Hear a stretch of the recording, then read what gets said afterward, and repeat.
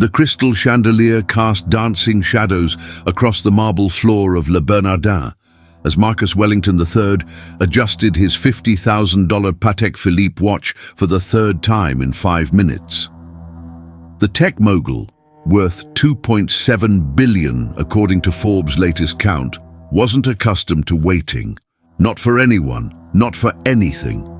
His empire of artificial intelligence companies had been built on the principle that time was the most valuable currency.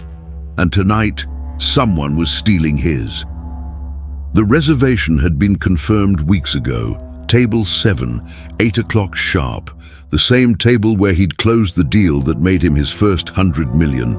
But here he sat, 15 minutes past his scheduled time, watching lesser mortals enjoy their meals, while his remained nowhere in sight. His jaw tightened as he observed couples laughing over wine, families celebrating birthdays, business partners shaking hands over dessert. They had no idea they were dining in the presence of someone who could buy and sell their entire lives with a single phone call. When the young waitress finally approached his table, Marcus felt his carefully controlled composure crack like thin ice. She couldn't have been more than 25, with kind eyes and a nervous smile that only fueled his growing rage. Her name tag read Emma, and she carried herself with the humble grace of someone who had never owned anything worth more than a few $100s. What happened next would be replayed on social media millions of times, dissected by news anchors, and become a case study in business schools worldwide.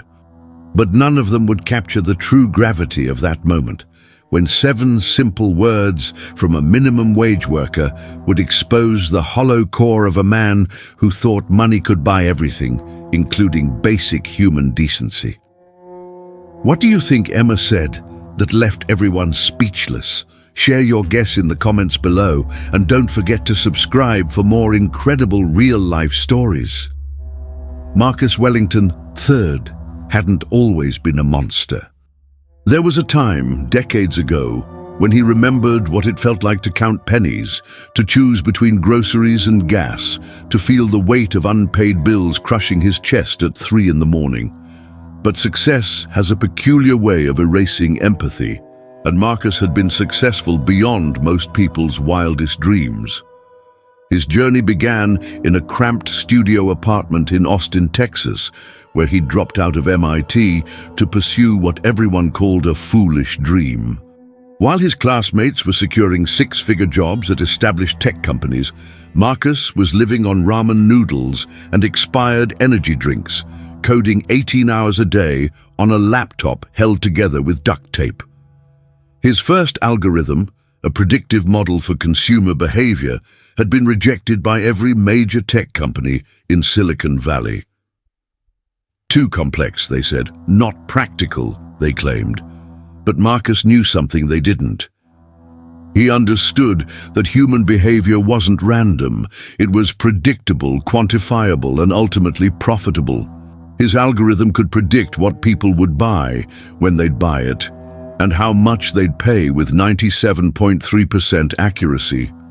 When Amazon finally licensed his technology for what seemed like a fortune at the time, $50 million, Marcus thought he'd reached the pinnacle of success. He was wrong. That was just the beginning. The second algorithm came 2 years later. This one focused on financial markets. While traditional investors relied on gut feelings and historical patterns, Marcus's creation could analyze millions of data points in real time, predicting market movements with supernatural precision. Hedge funds lined up to pay licensing fees that started at $100 million per year. By age 30, Marcus was worth over $1 billion. But wealth, he discovered, was like a drug. The first million had felt like climbing Mount Everest. The first 100 million was merely satisfying. The first billion? It barely registered. He needed more. More companies, more acquisitions, more zeros in his bank account. Each success made the previous achievement feel trivial, and with each milestone, something inside him grew colder. The transformation wasn't sudden. It happened gradually, imperceptibly, like erosion wearing away a mountain. First, he stopped returning calls from old friends who couldn't afford to dine at Michelin-starred restaurants. Then, he began seeing people not as individuals, but as assets or liabilities. His assistant became the scheduling unit. His chauffeur became the transportation resource. Even his romantic relationships became strategic partnerships designed to enhance his public image. Marcus told himself this emotional detachment was necessary for business. Great leaders, he reasoned, couldn't afford to be weighed down by sentiment. When he fired 3,000 employees to boost quarterly profits, he didn't see families losing their homes. He saw operational efficiency. When he moved manufacturing overseas, eliminating American jobs, he didn't consider the communities left behind. He saw cost optimization.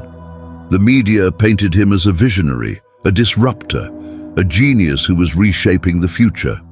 Forbes featured him on their cover 3 times. Harvard Business School created a case study about his acquisition strategies. TED invited him to speak about the algorithm of success. He gave interviews where he spoke about human capital optimization and emotional intelligence inefficiencies, as if people were nothing more than lines of code to be debugged. His Manhattan penthouse occupied the top 3 floors of a building he owned entirely. The view stretched across Central Park to the horizon, a constant reminder of his elevation above the common masses below.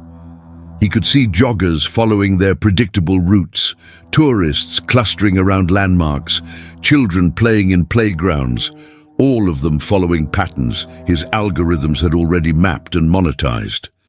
The irony was lost on him that while he'd become exceptionally skilled at predicting human behavior in aggregate, he'd completely lost the ability to connect with humans individually. He surrounded himself with employees who said, "Yes, sir," and "Brilliant insight, Mr. Wellington," while secretly resenting his cold efficiency. His board members smiled to his face while calculating how to eventually remove him from power. But Marcus didn't need their genuine affection. He had something better, their dependence. They needed his algorithms, his capital, his strategic mind. Love was inefficient, unpredictable, and ultimately unprofitable. Respect backed by financial necessity was far more reliable. On the evening that would change everything, Marcus was celebrating his latest acquisition, a smaller AI company that had developed emotion recognition software. The irony of a man who'd lost touch with his own emotions, buying technology to read others' feelings, was completely lost on him. He saw only the potential applications: more precise advertising, better customer manipulation, increased profit margins. He'd chosen Le Bernardin not for its exceptional cuisine, but because it was a place where deals were made, where power was displayed, where the mere act of securing a reservation demonstrated importance. Every detail had been planned with mathematical precision. The restaurant, the time, even his outfit, a custom-tailored suit that cost more than most people's annual salary, all designed to project success and dominance. What Marcus couldn't have predicted, despite all his sophisticated algorithms, was that his perfectly planned evening was about to collide with something his calculations couldn't account for: authentic human dignity in its purest form. All his wealth, all his power, all his technological mastery was about to be rendered meaningless by 7 words from someone he considered beneath his notice. The stage was set for a confrontation that would expose the fundamental emptiness at the core of his empire, revealing that in his relentless pursuit of success, Marcus Wellington III had accomplished something remarkable. He'd become the richest poor man in the world. The evening had started with omens that Marcus, in his analytical arrogance, dismissed as statistical anomalies rather than warnings. His usual driver had called in sick, something about a family emergency that Marcus found irritatingly inconvenient. The replacement driver, clearly inexperienced with Manhattan's maze of one-way streets and construction zones, had taken a route that added 12 minutes to what should have been a precisely timed journey. Marcus sat in the back of his bulletproof Maybach, watching the city crawl by through tinted windows that cost more than most people's cars. His fingers drummed against his knee in a rhythm that matched his rising irritation. He was reviewing quarterly reports on his tablet, noting with satisfaction that his latest cost-cutting measures had boosted profits by 23%, even as he remained oblivious to the human cost of those cold numbers. The restaurant's hostess, a polished woman in her 40s who'd seen every type of wealthy patron imaginable, recognized him immediately. "Mr. Wellington, such a pleasure to have you back," she said with practiced warmth, though her eyes held the same careful distance that all service workers learned when dealing with the ultra-wealthy. "Your usual table is prepared." But as they approached table 7, Marcus noticed something that made his jaw clench. A family, clearly tourists based on their camera and guidebook, was still seated at his table, lingering over dessert and coffee. The father was showing his teenage daughter something on his phone, while the mother smiled with the relaxed contentment of people who rarely experience such luxury. "There seems to be a problem," Marcus said, his voice carrying the sharp edge that his employees had learned to fear. The hostess followed his gaze, and her composure flickered for just a moment. "I apologize, Mr. Wellington. They were scheduled to finish by 7:45, but they've been enjoying their celebration. It's their daughter's acceptance to Stanford. I can speak with them." "No need," Marcus interrupted, his tone suggesting that any delay was beneath his dignity to personally address. "I'll wait at the bar. 15 minutes, not 1 minute longer." Those 15 minutes stretched like hours. Marcus positioned himself where he could observe table 7, watching the family with growing contempt. The father had probably saved for months to afford this meal, Marcus mused. The mother was taking pictures of every course like some social media influencer desperate for validation. The daughter looked overwhelmed by the restaurant's opulence, clearly out of her element among real wealth and sophistication. What particularly grated on Marcus was their obvious happiness. They were genuinely enjoying themselves, sharing stories, laughing at each other's jokes, completely unaware that their extended presence was inconveniencing someone infinitely more important than they were. Their joy seemed to mock his own perpetual dissatisfaction, their contentment highlighting an emptiness in his life that he'd long ago learned to ignore. When the family finally left, 37 minutes after Marcus's reservation time, his mood had curdled into something dark and volatile. The hostess led him to the table with profuse apologies, but her words felt like white noise against his simmering rage. He'd built an empire on the principle that time was money, and these people had stolen nearly 40 minutes of his time worth approximately $50,000 based on his annual income. The table still held traces of the previous diner's celebration. A few breadcrumbs on the white tablecloth, a water glass with lipstick traces that hadn't been completely cleaned, the lingering warmth of seats recently vacated. Marcus felt contaminated by their presence, as if their middle-class mediocrity might be contagious. Emma approached his table during this perfect storm of irritation. She'd been working a double shift, covering for a co-worker whose babysitter had cancelled last minute. This was her second job. She cleaned offices early in the morning before classes, served tables in the evening, and somehow managed to maintain a 3.8 GPA in her pre-med program. Tonight, she was particularly tired because she'd stayed up until 3 a.m. helping her younger brother with his college applications. She'd noticed the man at table 7 the moment he'd entered the restaurant. Everything about him screamed wealth and power, from his perfectly tailored suit to the way he carried himself like he owned not just the building, but the entire block. She'd served plenty of wealthy customers before and had learned to read the signs. The ones who were demanding but ultimately reasonable, the ones who were generous tippers but condescending, and the dangerous ones who viewed service workers as barely human. Marcus Wellington III radiated the kind of cold entitlement that made Emma's stomach tighten with anxiety. But she needed this job. Her student loans were crushing, her mother's medical bills were piling up, and her brother's college dreams depended on her ability to help support the family. She couldn't afford to let her nervousness show, couldn't risk offending someone who could probably get her fired with a single complaint to management. As she approached his table, Emma noticed the tension in his shoulders, the way his fingers gripped his phone like a weapon, the cold calculation in his eyes as he looked right through her. She'd served hundreds of people in her 2 years at Le Bernardin, from celebrities to politicians to foreign dignitaries, but something about this man felt different, dangerous.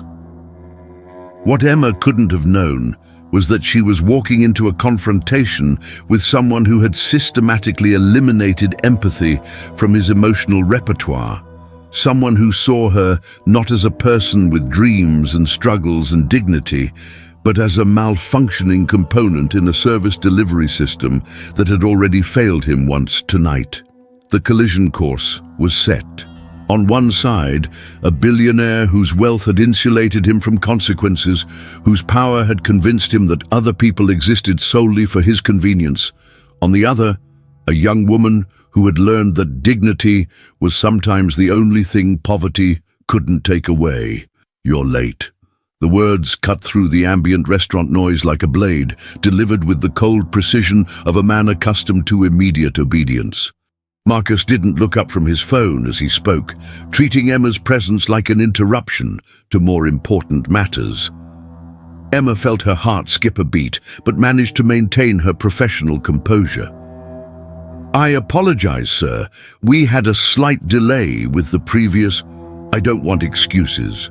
Marcus finally looked up, his pale blue eyes studying her with the same detached interest he might show a malfunctioning piece of equipment. "I want efficiency. I have a reservation for 8 o'clock. It's now 8:37. In my world, that's called failure." The restaurant seemed to hold its breath. Nearby diners glanced over nervously, sensing the electricity in the air. Emma had handled difficult customers before, but there was something uniquely cruel about this man's demeanor that made her palms sweat. "I understand your frustration, Mr. Wellington," she began, having memorized the names of their most important guests. "Can I start you with something to drink while you decide on—" "My frustration?" Marcus's voice rose sharply, causing heads to turn throughout the dining room. "My frustration is that I'm paying premium prices for amateur service. Do you have any idea who I am?" Emma felt heat rise in her cheeks, but kept her voice steady. "Yes, sir. You're one of our valued guests, and I want to make sure I'm Marcus Wellington III. He said his name like it should mean something to her, like she should immediately prostrate herself in recognition. "I own 17 companies. My net worth is larger than the GDP of most countries. I could buy this restaurant with the loose change in my wallet." The hostess had noticed the commotion and was making her way over, but Marcus was just getting started. His voice carried across the dining room, ensuring that everyone could witness what he clearly considered a justified dressing down of inferior help. "I don't eat at restaurants like this to be kept waiting by incompetent staff who think their time matters more than mine. Every minute you've wasted tonight costs me more money than you make in a month." His finger jabbed toward her like a weapon. "Your complete lack of professionalism is exactly what's wrong with your generation. No work ethic, no respect, no understanding that some people actually matter." Emma's hands trembled slightly as she gripped her notepad, but her voice remained calm. "Sir, I truly apologize for the delay. It wasn't intentional, and I want to make sure your evening—" "Don't interrupt me when I'm speaking!" Marcus's voice exploded through the restaurant like a thunderclap. Several diners pushed back from their tables, clearly uncomfortable with the scene unfolding. This is exactly what I'm talking about. Complete disrespect for your betters. You stand there with your cheap uniform and your minimum wage attitude, thinking you can make excuses to someone who signs paychecks that feed thousands of families. Emma felt something shift inside her chest. She'd endured plenty of difficult customers, absorbed countless small cruelties and casual dismissals that came with service work. She'd learned to smile through condescension, to apologize for things that weren't her fault, to make herself smaller so that others could feel bigger. But something about this man's casual cruelty, his assumption that his wealth gave him the right to humiliate her publicly, ignited something she'd kept carefully controlled. Furthermore, Marcus continued, his voice carrying to every corner of the now silent restaurant, your appearance is unprofessional. Your hair is messy, your posture is terrible, and frankly, you look like you'd rather be anywhere else. Well, let me tell you something, sweetheart. If you can't handle working around successful people without falling apart, maybe you should find employment more suited to your limited capabilities. The restaurant had fallen completely silent, except for the soft, classical music playing overhead, which suddenly seemed absurdly inappropriate for the brutality taking place. Even the kitchen staff had stopped their usual clattering, sensing that something significant was happening in their dining room. Emma stood perfectly still for a moment, absorbing the full weight of his attack. She thought about her double shifts, her pre-med classes, her dreams of becoming a doctor to help people like her mother who couldn't afford proper health care. She thought about her brother, brilliant and ambitious, who was counting on her support to escape the cycle of poverty their family had been trapped in for generations. She thought about all the times she'd bitten her tongue, swallowed her pride, accepted humiliation as the price of survival. Marcus sat back in his chair with satisfaction, clearly believing he'd established proper dominance over an inferior being. He expected tears, maybe a stammered apology, possibly even her fleeing the table in shame. What he didn't expect was for Emma to take a slow, steady breath and look him directly in the eyes with something that resembled pity. The other diners leaned forward slightly, sensing that something was about to happen. The hostess froze mid-stride, her hand extended, as if she could somehow stop whatever was coming. Even Marcus felt a flicker of uncertainty as he recognized something in Emma's expression that his algorithms couldn't compute. The quiet dignity of someone who had just decided that her self-respect was worth more than her job security. In that moment of crystalline silence, with dozens of witnesses holding their breath, Emma opened her mouth to deliver 7 words that would shatter Marcus Wellington III's carefully constructed reality and expose the fundamental emptiness that all his billions couldn't fill. 7 words that would be replayed millions of times, analyzed by psychologists, and remembered long after his business empire crumbled into irrelevance. Emma looked directly into Marcus Wellington III's eyes, her voice carrying clearly across the silent restaurant. I feel sorry for you, Mr. Wellington. The words hung in the air like a revelation, simple and devastating in their quiet power. For a moment, time seemed suspended. Marcus's mouth opened slightly, his brain struggling to process what he'd just heard. In his 43 years on Earth, through countless business battles, hostile takeovers, and boardroom wars, no one had ever responded to his display of power with pity. The dining room remained frozen in stunned silence. A fork clinked against a plate somewhere in the distance, the sound unnaturally loud in the hushed atmosphere. Every patron, every staff member, every witness to this moment seemed to understand instinctively that they'd just observed something extraordinary, not just a response to cruelty, but a complete inversion of the power dynamic that money was supposed to guarantee. What did you say? Marcus's voice was barely a whisper, his usual commanding tone replaced by something that sounded almost vulnerable.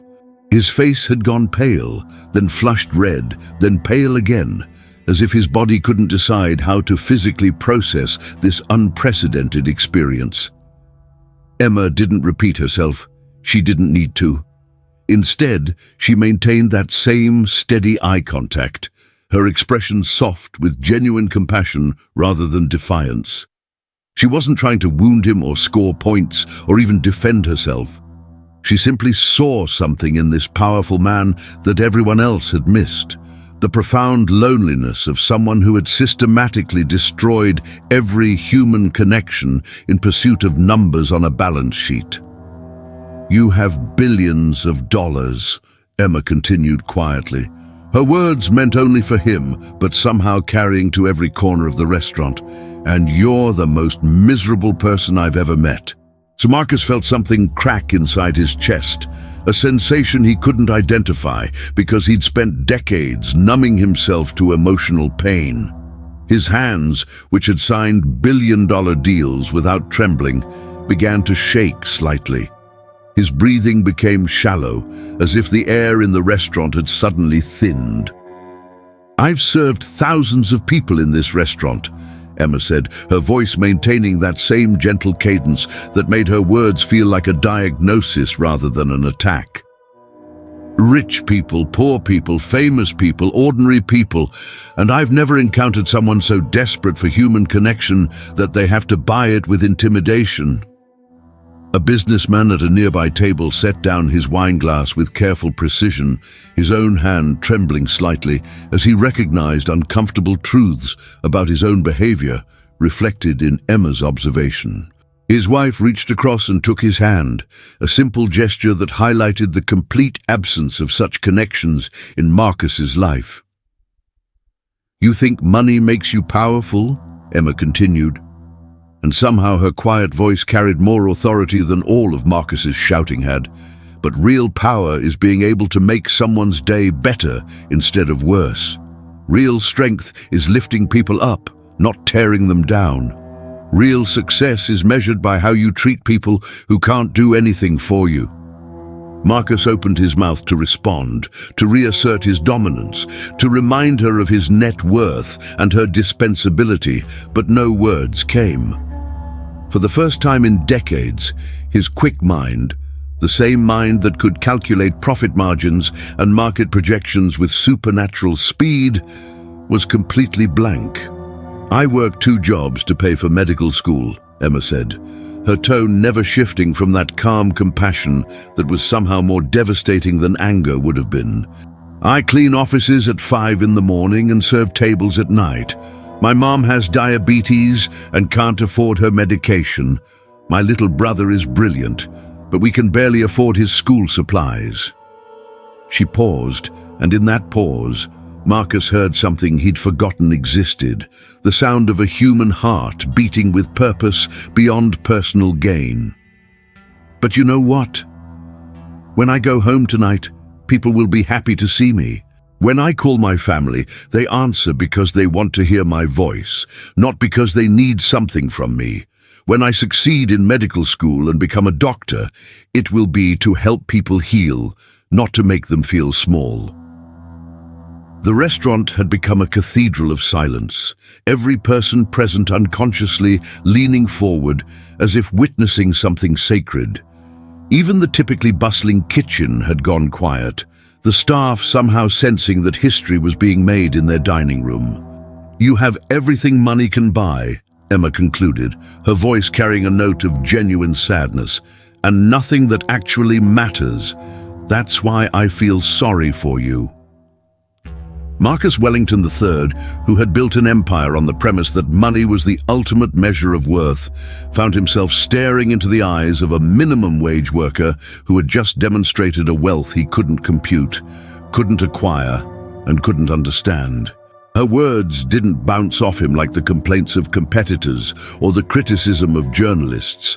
Instead, they sank into his consciousness like stones into still water, creating ripples that reached parts of his soul he'd thought were permanently dead. For 37 seconds, though it felt like 37 years, The most powerful man in the room sat in complete silence, his empire of algorithms useless against the simple mathematics of human kindness.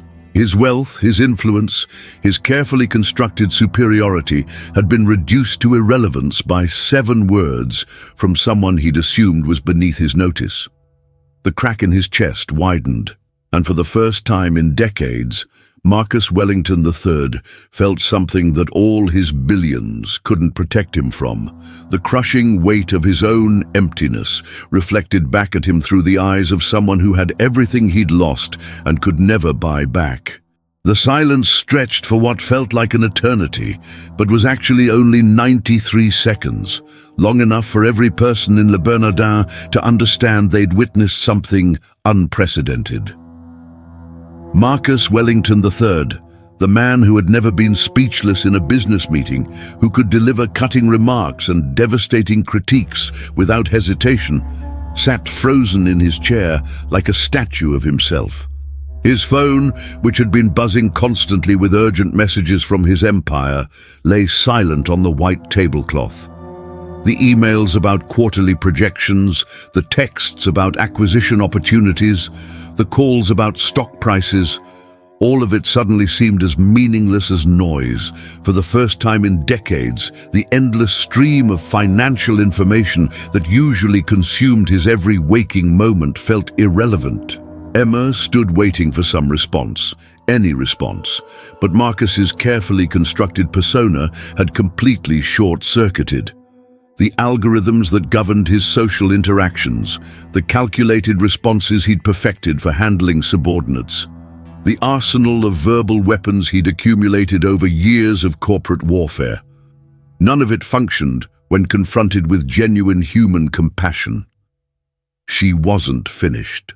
Having breached his defenses so completely, Emma seemed to sense that this moment required more than just her original 7 words.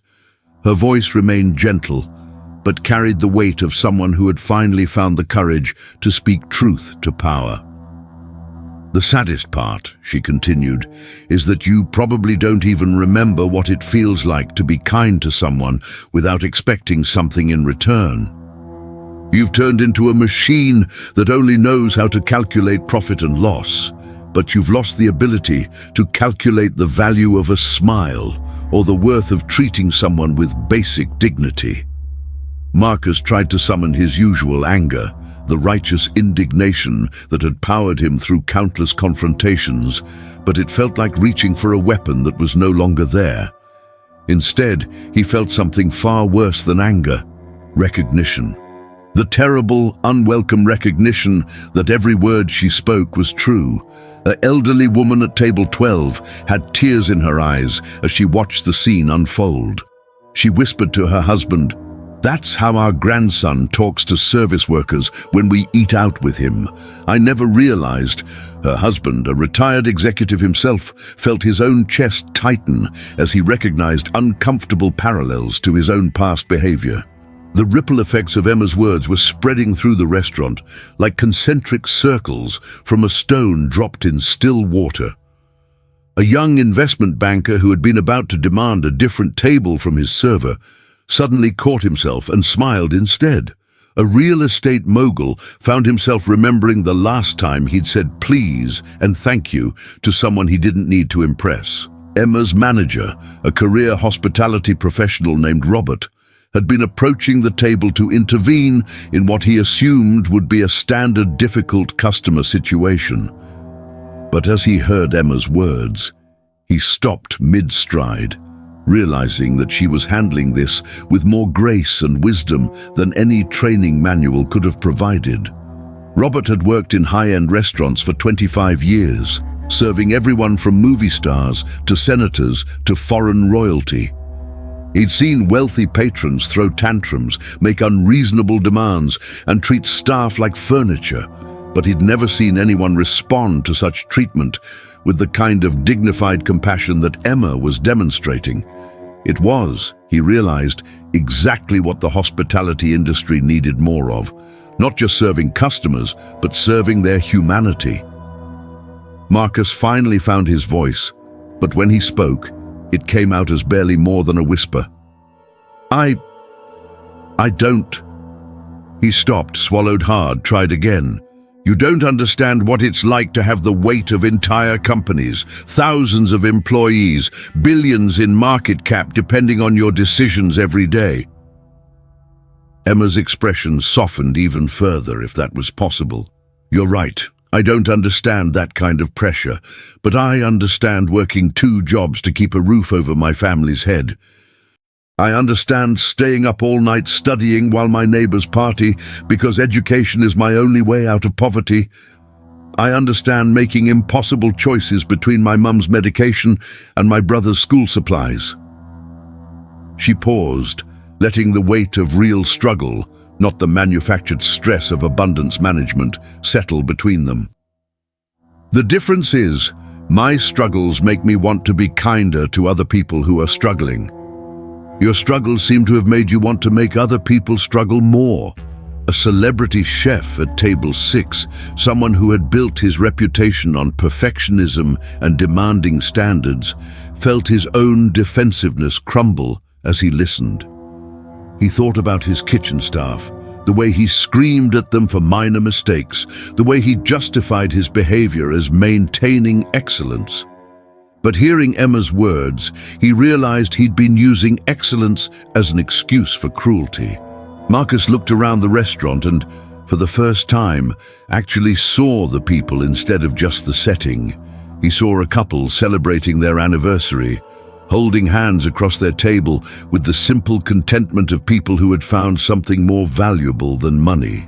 He saw a family sharing dessert, the children's faces bright with joy that had nothing to do with material wealth. He saw his server, this young woman who worked 2 jobs and still managed to treat him with more humanity than he'd shown anyone in years. The revelation hit him like a physical blow. He had become exactly the kind of person his younger self would have despised. The idealistic MIT dropout who had wanted to change the world through technology had morphed into a monster who measured success by his ability to make others feel small.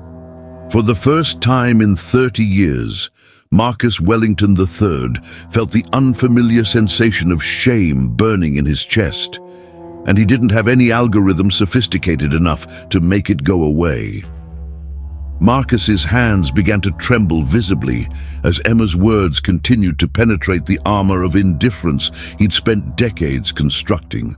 The trembling started in his fingers, then spread up his arms, as if his entire nervous system was rebelling against the emotional shutdown he'd imposed on himself for so many years.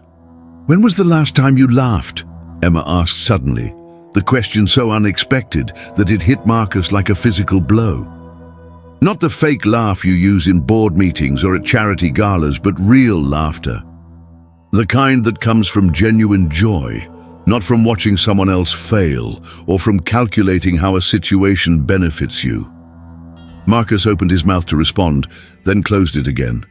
He couldn't remember. The realization was staggering. He genuinely could not remember the last time he had experienced authentic joy. His mind raced through recent months, searching for any moment of genuine happiness, but found only a wasteland of transactions, acquisitions, and strategic victories that had felt more like relief than joy. "When was the last time you helped someone without expecting anything in return?" Emma continued, her voice maintaining that gentle cadence that was somehow more devastating than any screaming match could have been. "When did you last ask someone how they were doing and actually listen to the answer?" The questions kept coming, each one a surgical strike against the foundations of his self-perception.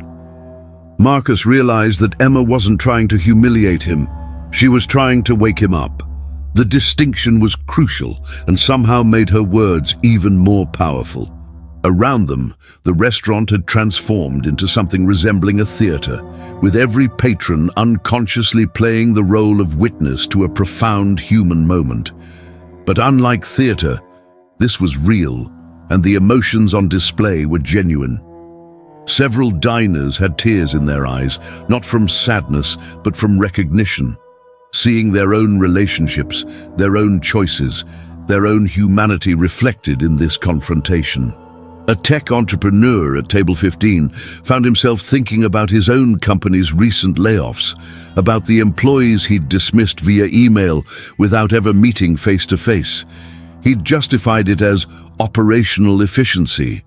But now, watching Marcus's devastation, he wondered if he'd simply been too cowardly to acknowledge the human cost of his decisions. "I built an empire," Marcus finally managed to say, his voice hoarse and uncertain. "I created jobs, I generated wealth, I advanced technology." "For who?" Emma asked gently.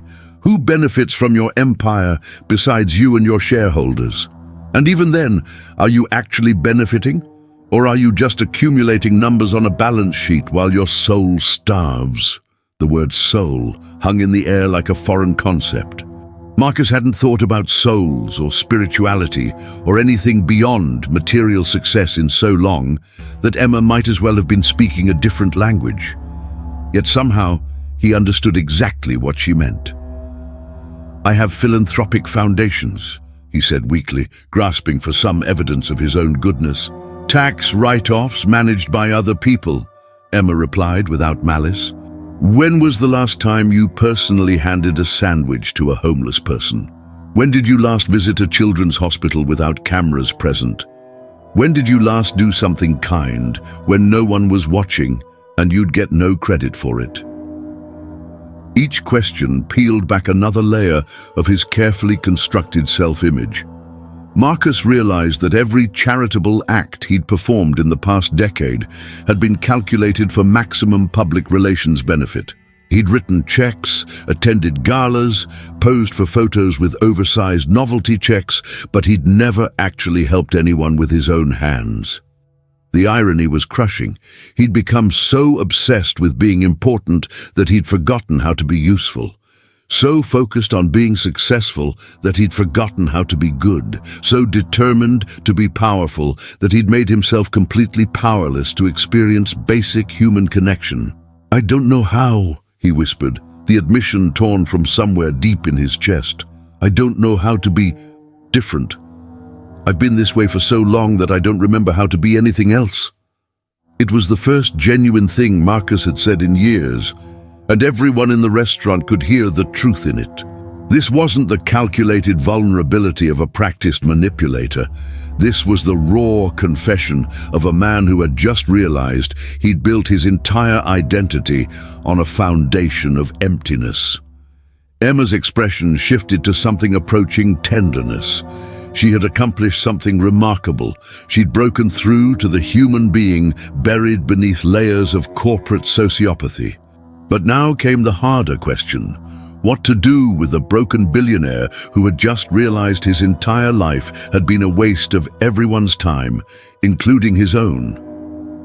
"The good news," Emma said softly, "is that it's never too late to remember how to be human. The bad news is that it requires you to admit that everything you thought made you successful was actually making you fail at the only thing that really matters." Marcus looked up at her with something resembling hope. "What's that?" "Being someone that other people are glad to know," Emma said simply. "Being someone who makes the world a little better instead of a little colder. Being someone who, when they die, leaves behind more than just money." For the first time in 30 years, Marcus Wellington III began to cry. Not the calculated tears of a strategic emotional display, but the genuine, overwhelming tears of a